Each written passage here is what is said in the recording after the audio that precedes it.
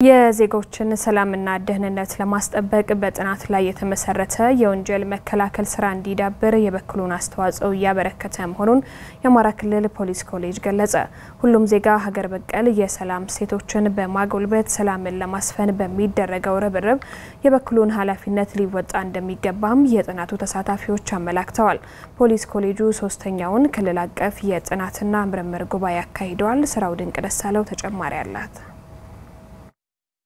የአማራ ክልል ፖሊስ ኮሌጅ የዜጎችን ሰላምና ደህንነት ለማረጋገጥ ጥናትና ምርምር ለሰላምና ደህንነት በሚል መሪ መልእክት ሶስተኛውን ክልል አቀፍ የጥናትና ምርምር ጉባኤ አካሂዷል። የአማራ ክልል ፖሊስ ኮሌጅ ተወካይ ዳይሬክተር ረዳት ኮሚሽነር አበበ ደለለ ያጋጠመ ያለውን የዜጎች የሰላም እጦት ለመፍታትና የማህበረሰቡን ሰላምና ደህንነት ለማረጋገጥ በእውቀት፣ በክህሎት፣ በቴክኖሎጂ የበለጸጉ በቅንነትና በቁርጠኝነት የሚያገለግሉ ዜጎችን ለማፍራት እየተሰራ ነው ብለዋል። ከክልላችን ሰላምና ደህንነት አንፃር ያሉ ችግሮች ምንድናቸው? የነዚህ ችግሮችስ ለመፍታት ምን መደረግ አለበት የሚሉ የተለያዩ የምሁራን ጽሁፎች ይቀርባሉ። በዚህ ጽሁፍ መሰረት ደግሞ ምንድነው መፍትሄው? ከዚህ ባለፈ ደግሞ እንደ ኮሌጅ በዚህ ደረጃ የበኩሉን አስተዋጽኦ የሚያደርግ የፖሊስ ኃይልን ያሰለጠነ በየደረጃው እናስመርቃለን። የወንጀል መከላከል ስራ እንዲሰራ ዜጎች በሰላም ወጥተው በሰላም እንዲገቡ ከማድረግ አኳያ የበኩላችን አስተዋጽኦ እያደረግን ነው። ከሚቀርቡ ጥናትና ምርምሮች እየተነሳን የስልጠና አካሄዳችንን የስልጠና ካሪኩለሞችን እናሻሽላለን። ችግር ፈቺ ጥናትና ምርምሮች በተግባር ሊደገፉ እንደሚገባ ያነሱት የመድረኩ ተሳታፊዎች ከልጆች አስተዳደግ ጀምሮ ሰላም ፈላጊ ህግ አክባሪ ትውልድን ማነጽ አስፈላጊ መሆኑንም ተናግረዋል። ስለዚህ ይህ ጥናት እዚህ አዳራሽ ከመቅረቡ በተጨማሪ ለእያንዳንዱ የማህበረሰብ ክፍል ሄዶ አዌርነስ ወይም ደግሞ ንቃተ ህሊና ተፈጥሮ ለሰላም መመለስ የራሱን አስተዋጽኦ ማድረግ አለበት ብያምናለሁ። ስለዚህ ሰላም ለአንድ አካል ለፖሊስ ብቻ የሚተው አይደለም። ሁሉም ርብርብ ማድረግ አለበት። ወጣቱ ወስዶ ከነዚህ ችግሮች እንዲርቅ አዌርነስን በመፍጠር ራሱ የራሱን አስተዋጽኦ እንደ ከፍተኛ ትምህርት ተቋም ማድረግ አለበት እያደረገም ይገኛል ብዬ ነው ማስበው።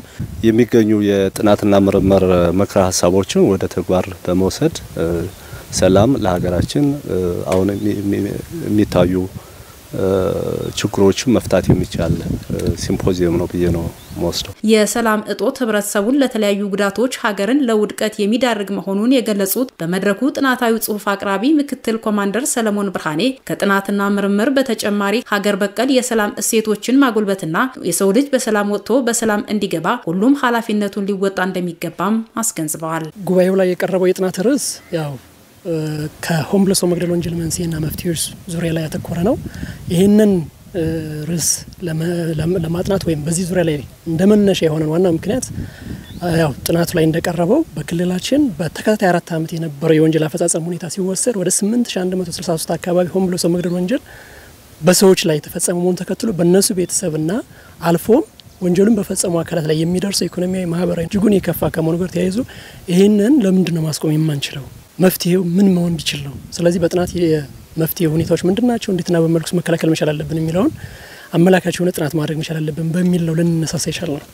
ተነጋግሮ የመፍታት ባህላዊ እሴቱን ወይም ደግሞ ልምዶችን ማዳበር ቢቻል በእርግጠኝነት አሁን ያለው የወንጀል አዝማሚያ ማስቀረት ይቻላል የሚል ሐሳብ ያለን። በመርሃ ግብሩ የዩኒቨርሲቲ ምሁራን አመራሮችና የጸጥታ አካላት የተሳተፉ ሲሆን የሰላም እጦት መንስኤዎችና መፍትሄዎቻቸው ላይ ትኩረት ያደረጉ ጥናታዊ ጽሁፎች ቀርበው ውይይት ተደርጎባቸዋል።